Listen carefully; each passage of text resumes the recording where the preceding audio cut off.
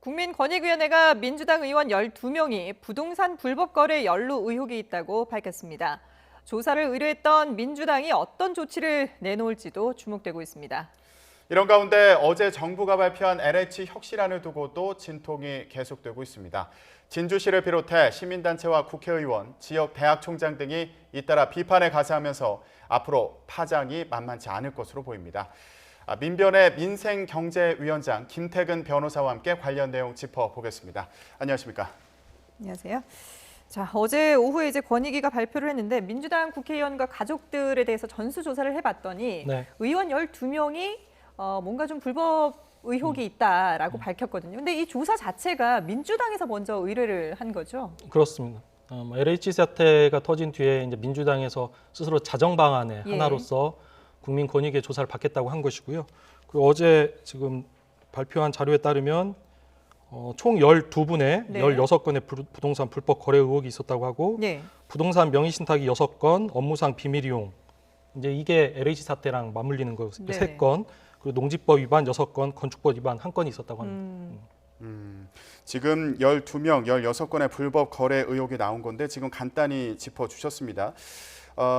이 내용을 조금만 더 설명을 해봤으면 좋겠어요. 일단 명의신탁이라고 하면 다른 사람 이름으로 부동산을 갖는 경우를 얘기하는 거죠? 그렇죠. 그러니까 부동산 명의신탁하면 이제 보통 얘기하는 게 차명투기. LH 사태가 터졌을 때도 차명투기를 어떻게 막을 거냐 이제 그 얘기를 했었는데 지금 차명투기 의혹이 6건이 있었다는 것 같고요. 그리고 업무상 비밀 의혹은 LH 사건과 똑같이 내부 정보를 이용했다라는 부패방지법 위반 혐의가 있었던 것으로 보이고요.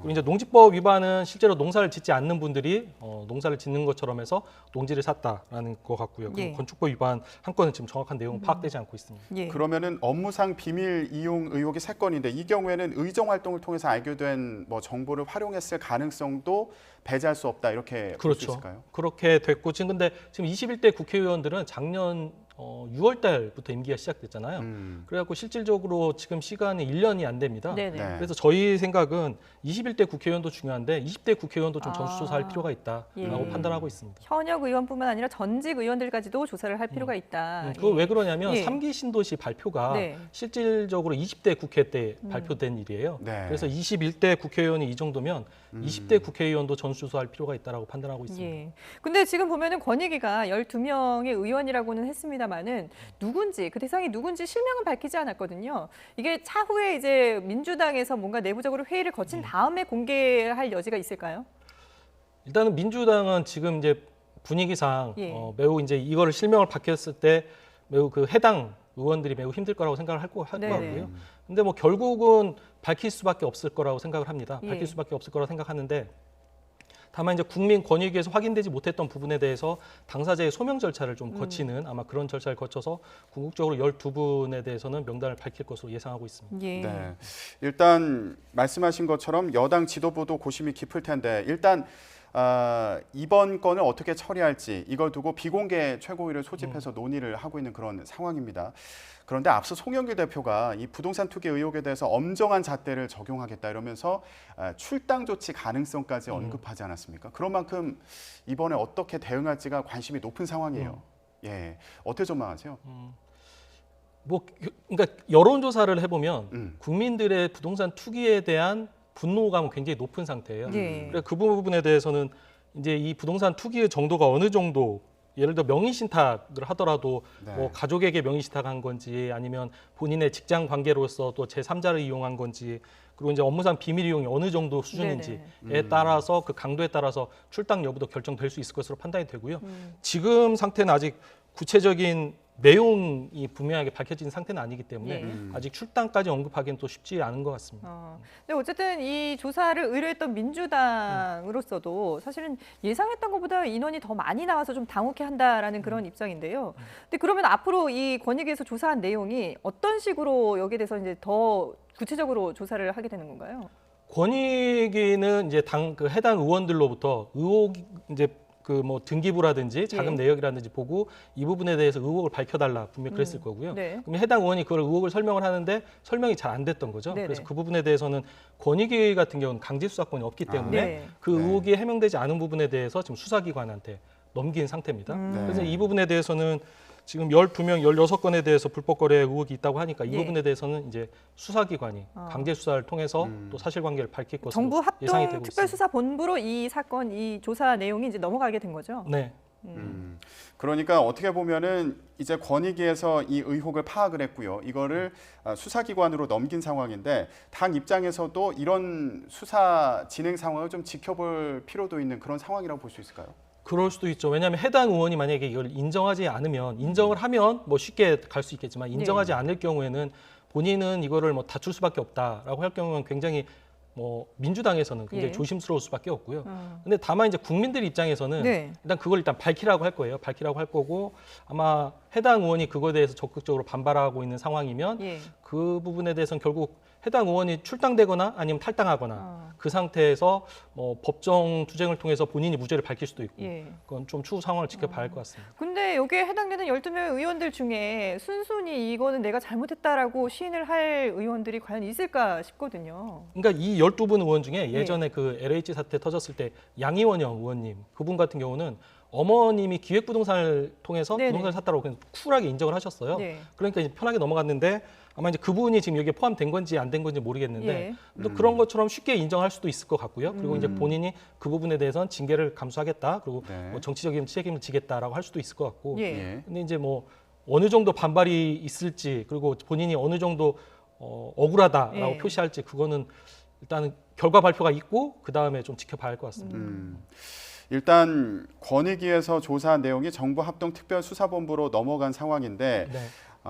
앞서서도 간단히 말씀은 해주셨습니다만 권익위 조사 같은 경우에는 일단 강제 수사권은 없는 상황이고 그 부분에 대한 아쉬움이 있다고 이제 말씀을 하셨고요. 여기에 더해서 이게 지난 7년 동안의 부동산 거래 내역을 조사한 거지 않습니까? 네. 그렇게 7년이라는 기간을 둔 거에 대해서도 좀 한계가 있는 거 아니냐 이런 목소리도 있더라고요. 이건 어떻게 보세요? 지금 이제 제가 7년 동안 조사를 했는데 그 부분 정확히 확인을 못했는데 아마 7년이라는 부분은 뭐 2013년도 그러니까 3기 신도시를 물색하기 던 게 보통 이제 2013년도부터라고 하는 거예요. 예. 네. 그래서 2013년도부터 내부 정보 이용한 거 아니냐라고 이제 조사를 했다라는 거고요. 뭐 그 부분에 대해서는 뭐 무한정 계속 뭐 10년, 20년 이렇게 뭐 거슬러 올라올 수는 없는 것 같고. 네네. 근데 예를 들어 업무상 비밀 이용 의혹죄 이런 거 같은 경우는 부패방지법상 7년 이하라서 예. 이거는 지금 공소시효가 10년 아마 10년 이상이 됩니다. 예. 그래서 만약에 이게 유죄로 입증되는 상황이면 2010년까지 거슬러 올라가서 조사할 수 있습니다. 그래서 그 부분은 이제 강제 수사권을 가진 수사기관에서 좀 더 네. 수사를 해볼 부분인 것 같습니다. 네. 예. 그러니까 7년이라는 그 시한을 둔 거는 신도시 관련 논의가 되기 시작한 그 시점을 그렇습니다. 조사 시작 시점으로 둔 것이다 이런 그렇습니다. 설명이시군요. 예. 그러니까 보통 이제 신도시 토지를 어떻게 찾냐면 1, 2기 신도시에 대한 토지 개발이 다 끝나고 나면 그 다음부터 LH공사가 다시 새로운 신도시 토지를 물색을 한다는 거예요. 근데 그 시기가 2013년이라고 합니다. 예. 근데 앞서서 지금 이제 현역 의원들만 조사할 것이 아니라 전직 의원까지도 확대해서 조사를 할 필요가 있다라고 말씀하셨는데 지금 이번에 조사 대상은 민주당, 그러니까 여당 국회의원들에만 국한되어 있는 거 아니겠습니까? 민주당에서도 야당을 향해서 야당도 전수조사를 받으라라고 압박을 하고 있는데 국민의힘에서는 어떻게 반응을 할까요? 그건 뭐 제가 국민의힘이 아니라서 예. 잘 모르겠는데 국민들 입장에서는 당연하지 않겠습니까? 그렇죠. 그러니까 민주당 입장에서는 LH 사태가 터지니까 자정작용으로서 본인들이 전수조사를 받겠다라고 해서 본인들 스스로 전수조사를 하면 누구도 믿을 수 없으니 국가기관인 국민권익위원회를 통해서 전수조사를 받았고 이 정도 나오면 이제 신뢰를 할 수 있는 거죠. 네. 민주당은 이런 문제가 있었구나. 그럼 당연히 국민들께서는 그럼 다른 야당들이라고 그렇죠. 당연히 의문 제기를 할 수밖에 네네. 없을 것 같고 저는 뭐 시기적인 문제지만 다른 야당들의 국회의원들에 대해서도 전수조사는 불가피할 것으로 판단하고 있습니다. 예. 네. 이번 권익위가 그 민주당 의원들과 그리고 가족들에 대한 그 부동산 거래에 대한 조사를 한 결과 모두 12명, 16건의 부동산 불법 거래 의혹이 제기가 된 상황이고요. 이 가운데 3기 신도시 관련 투기 의혹이 2건이 포함된 그런 상황입니다. 자, 이제 권익위 조사 내용이 정부 합동특별수사본부로 넘어가서 수사가 진행이 되겠죠. 네. 그런데 기존에 또 진행 중이던 수사가 있지 않습니까? 국가수사본부에서요. 네. 그 부동산 투기 의혹과 관련해서 내사 수사를 진행 중이었는데 관련된 국회의원이 모두 13명인 것으로 그렇게 전해지고 있습니다. 부동산 투기 의혹과 관련해서요. 네. 그러면 이제 지금 또 새롭게 의혹이 제기된 의원들의 사건까지 포함하면 조사 대상이 더 넓어지게 되겠습니다. 넓어질 수 있는데 지금 정확하게 수사기관에서 조사하고 있는 국회의원과 여기 국민권익위에서 전수조사한 민주당 국회의원이 어느 정도 중복되는지 그건 정확히 알 수가 없습니다. 근데 이제 국민들 입장에서는 공직자의 부동산 투기에 대해서는 최대한 차단하고 막는 게 맞기 때문에 국민들 입장에서는 최대한 확대하는 게 맞을 거라고 생각을 하고 저는 그래서 3기 신도시와 관련해서 실질적인 내부 정보 이용을 할 수 있었던 분은 20대 국회의원들은 또 20대 국회의원들 중 국토교통위원회 분들 그런 분들이기 때문에 20대 국회의원들까지 거슬러서 조사를 해야 한다고 그러면 조사 주체는 어떻게 될 수 있는 거예요? 그런 경우에는 어떻게 시작을 해야 될까요? 그러니까 뭐 사실 그러니까 그 부분이 20대 국회의원 분들이 단서가 없으면 강제 수사가 어렵습니다. 그렇죠. 그러면 이제 그분들이 정치적 책임을 지기 위해서 뭐 국민권익위에 본인들도 전수조사를 하겠다. 추후에 22대 국회의원을 또 나올 수도 있습니다. 네. 이제 그렇게 하는 방법이 있고요. 그다음에 이제 단서가 있으면 수사기관에서 강제 수사를 할 수 있을 것으로 판단합니다. 근데 본인들이 20대 전직 국회의원들이 우리도 전수조사를 받겠다라고 나서기는 사실 현실적으로는 좀 어렵지 않은가 싶은데요. 그렇다면 뭔가 단서가 나오지 않는 이상은 이게 수사가 확대하기는 현실적으로는 좀 한계가 있겠다라고 보이는군요. 그래서 LH 사태 때도 어떤 문제가 있었냐면 계속 이제 현직 직원들만 문제를 삼았었는데 그렇죠. 실제로는 퇴직한 직원들한테도 문제가 있었다는 거예요. 근데 퇴직한 직원들한테 문제가 있었는데 퇴직한 직원들은 공직자가 아니다 보니까 그러게요. 실제로 또 수사를 할 수가 없는. 근데 20대 국회의원도 지금 똑같은 문제 있습니다. 근데 결국은 LH 퇴직한 직원들이나 아니면 20대 국회의원들이나 그분들에게도 지금 뭐 전수조사 또는 뭐 강제 수사 그 부분들이 모두 제한되는 그런 지금 한계는 있는 상황입니다. 네. 방금 LH 관련해서도 말씀을 해주셨는데 마침 어제 정부가 LH 혁신안을 발표하지 않았습니까? 네. 먼저 전체적으로 어떻게 보셨는지 총평을 좀 부탁드릴게요. 지금 제가 봤을 때 세 가지 발표한 것 같습니다. 내부 통제를 강화하겠다. 이 부분은 참 잘하신 것 같고요. 왜냐하면 LH를 혁신하려고 하더라도 LH에서 스스로 혁신하는 모습을 보여줘야 거기에서 이제 그럼 내부에서 어떻게 혁신하는지를 보고 외부에서 혁신하겠다 이제 그런 결정이 나기 때문에 내부 통제 강화 부분에 대해서 잘하신 것 같고 그리고 이제 방만한 경영 부분에 대해서는 이제 이 부분은 좀 이제 저희보다는 좀 다른 시민단체에서 좀 지적했던 부분인데 이 부분에 대해서는 뭐 충분한 경영 혁신을 하겠다 나온 것 같고 그리고 이제 가장 이슈가 됐었던 부분이 조직 개편안이었던 것 같습니다. 이 공룡 공기업으로 큰 LH를 어떻게 개혁할 건지 그리고 그와 관련해서 조직 개편할 것을 어떻게 잡을 건지 이제 그 부분인데 저희들의 입장은 그렇습니다. 그러니까 많은 분들이 LH를 해체 수준의 개혁을 한다라고 말씀하시는데 저희 입장은 LH 개혁은 지금 현재 대한민국의 자산 불평등이 매우 심각합니다. 특히 이제 전 세계적으로 저금리나 양적 완화로 인해서 자산 불평등이 매우 심각한데 그랬을 때 자산이 없는 분들한테 LH공사가 공급하는 주택, 임대주택은 매우 필요한 필수 재화예요. 그래서 그 부분에 대해서는 LH공사 저희는 꼭 필요하다고 생각을 하고 LH 공공개발도 꼭 필요하다고 생각을 합니다. 그래서 지금 현재 진행 중인 그 3기 신도시나 뭐 서울 도심의 공공 재개발에 대해서도 LH의 역할이 필요하기 때문에 무작정 쪼개는 거에 대해서는 저희들은 좀 시간을 두고 공론화 절차를 거쳐야 한다는 입장이고요. 아마 제가 이제 관련 기사를 좀 보니 많은 국민들이 그러니까 해체 수준의 조직 개편안이 있지 않은 부분에 대해서 조금 실망스럽다라는 의견이 많은 것 같습니다. 근데 그 부분에 대해서는 이제 LH 공사가 해야 하는 역할에 비춰보면 너무 이렇게 해체 수준의 개혁에 매달리면 실질적으로 자산이 없는 분들에 대한 주거 복지는 더 약해질 수가 있습니다. 그래서 그 부분에 대해서는 좀 더 공론화 절차를 거쳐서 좀 천천히 알아볼 필요가 있고요. 그리고 또 하나가 문제가 뭐냐면 이게 경영혁신, 조직혁신에 매몰되다 보면 이게 어떻게 하면 공기업을 효율적으로 만들까?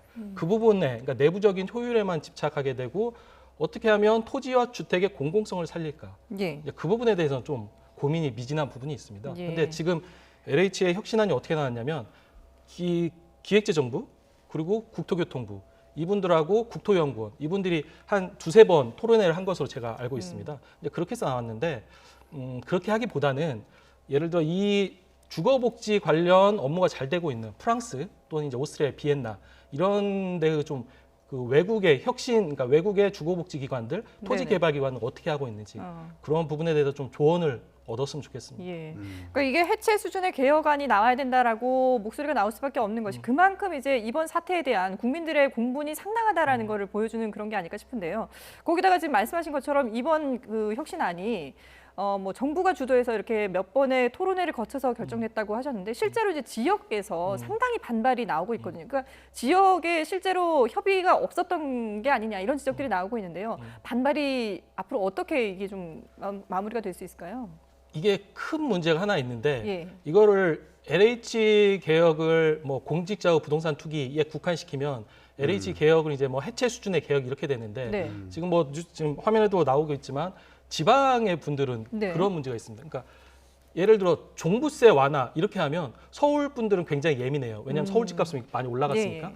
근데 지방 분들은 종부세가 나랑 무슨 관련이지? 이 정도로 지금 서울과 지방의 그런 주택 가격 격차는 엄청 큽니다. 그렇죠. 그래서 이제 이런 부분에 대해서 지방의 분들은 지역 균형 발전을 끊임없이 얘기하는 거고요. 그리고 LH공사가 지역 균형 발전을 위해서 많은 역할을 합니다. 근데 이제 만약에 정부에서 발표한 조직 개편안처럼 개편이 되면 실제로 뭐 이제 당장에 LH공사가 있는 진주 그리고 네. 경남 이런 부분에 대해서는 당장에 그쪽 경제는 어떻게 할 건지에 대한 대책이 없다는 거고요.